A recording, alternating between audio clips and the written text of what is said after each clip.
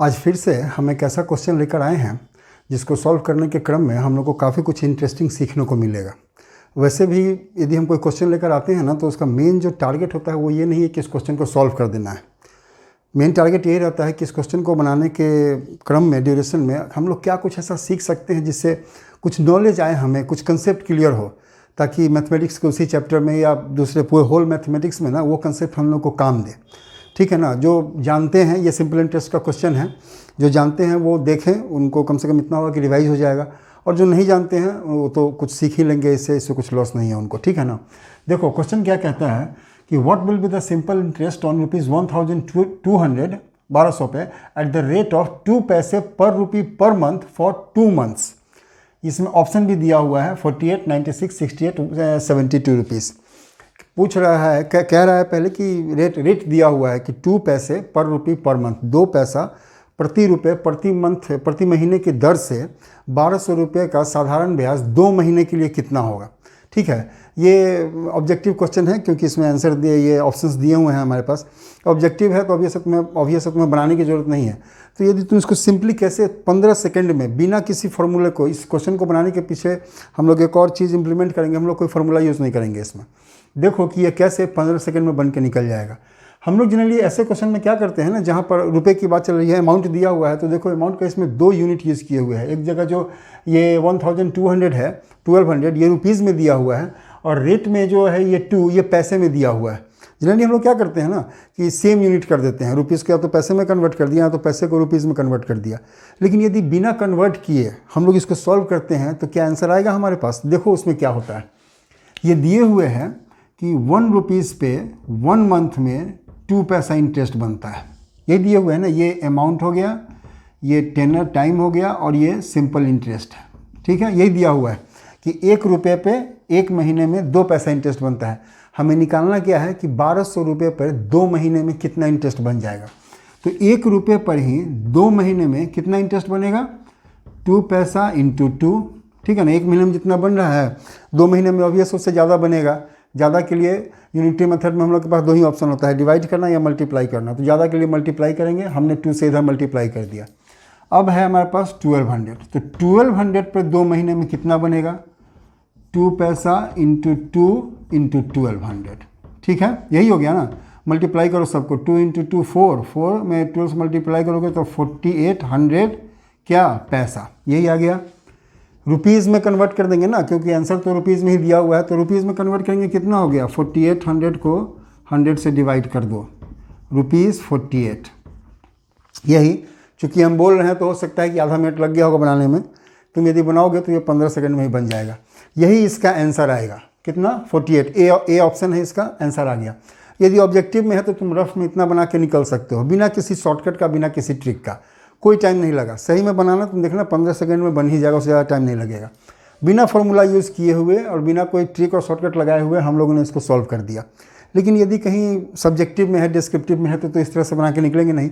उसमें हम लोग क्या करेंगे ना, सबसे पहले हम लोग रेट निकाल लेंगे, जो स्टैंडर्ड रेट होता है। तो स्टैंडर्ड रेट क्या होता है, परसेंट में पर एनम।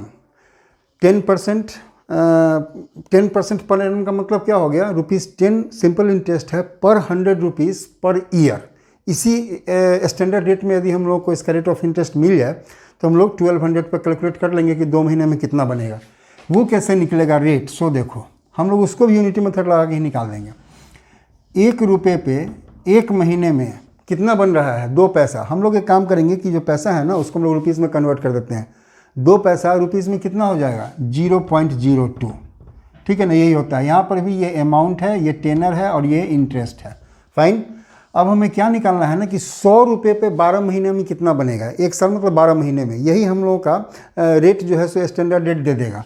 तो 1 रुपये पे 12 महीने में कितना बन जाएगा, इसको यदि तुम फ्रैक्शन में करोगे तो ये 2/100 हो जाएगा।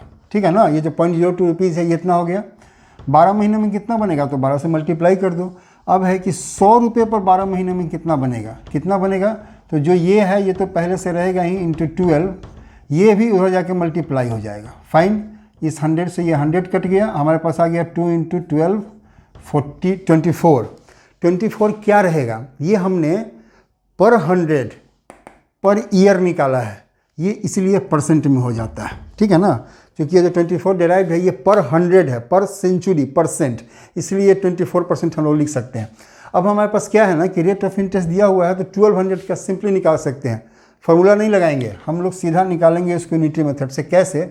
इस 2400 को देखो, ये है 100 रुपये पर 12 महीने में 24 लग रहा है। इस 2400 का यही मतलब होता है, कहीं भी रेट ऑफ इंटरेस्ट दिए हुए है, इसका सिंपल सा मतलब होता है उतना रुपीज़ पर ईयर। ईयर को हमने यहाँ मंथ में लिख दिया क्योंकि मंथ में ही 2 महीने का निकालना है, इसलिए, और कोई रीज़न नहीं है।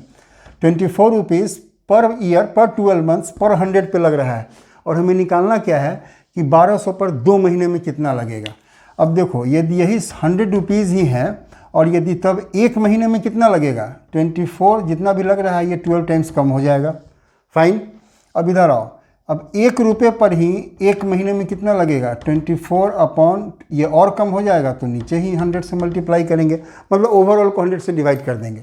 अब जब यहाँ 1 आ गया तो हम लोग अब लेंगे 1200 इसको बनाना है और 2 मंथ इसको बनाना है, तो 1 रुपीज़ पर ही 2 मंथ्स में लगेगा 24 अपॉन 12 इंटू 100, तो ये तो है ही, यहाँ 2 से मल्टीप्लाई हो जाएगा, और हमारे पास अब लास्ट में बच गया 1200 पे 2 मंथ्स में कितना लगेगा, तो 24 अपॉन 12 इंटू 100 इंटू 2 पहले से है, और ये 1200 भी इधर आके मल्टीप्लाई हो जाएगा।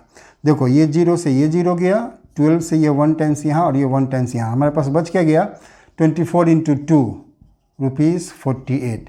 ये रुपीज़ इसीलिए आएगा क्योंकि यहाँ भी ये रुपीज़ टर्म से ही चल रहा है, ये भी अमाउंट है, ये टेनर है और ये इंटरेस्ट है, ये रुपीज़ में ही है, इसलिए आंसर भी हमारा रुपीज़ में ही आएगा। बिना कोई फार्मूला यूज़ किए हुए हम लोगों ने इस क्वेश्चन को सॉल्व कर दिया। हमने सीखा इसमें कि यदि तुम कैलकुलेशन यदि कर रहे हो तो यदि तुम्हारा कंसेप्ट क्लियर है तो आंसर इस तरह से भी आएगा। तुम यदि इसको यहाँ पर 0.02 कर दिए रहते तभी भी आंसर आता, यहाँ पर हमें 100 नहीं करना पड़ता, ठीक है ना। लेकिन मेन कैलकुलेशन फार्मूला यदि तुम यूज़ करते ना, बहुत ईजी में बन जाता। वो भी अल्टीमेट फार्मूला यूज़ करते तो क्या होता है ना, सिर्फ सीधे यही आता है, ये वाला आता और यहाँ ये वाला आता है, उससे कोई फ़र्क नहीं पड़ता है। कोई ऐसा नहीं कि कुछ दूसरी चीज़ चली आती है उसमें। तुम फार्मूला लगा कर देखना, ये यहाँ आएगा, रेट निकालोगे तो ये वाला आएगा, और सिंपल इंटरेस्ट निकालोगे तो ये वाला कैलकुलेशन आता है। तो कम से कम इतना तो तुम्हें पता चला ना कि फार्मूला जो निकलता है वो सिंपल इंटरेस्ट का हो या रेट निकालने का हो, जो ये वाला आता है वो आता कैसे है, ये सब यूनिटी मेथड की ही देन है, ठीक है ना। तो ये फार्मूला यदि तुम्हें नहीं भी याद है तो तुम इस तरह के क्वेश्चंस को, या इस तरह का कोई भी क्वेश्चन रहे मैथमेटिक्स के किसी भी पार्ट में, तो तुम इस तरह से उसको ईजिली सॉल्व कर सकते हो।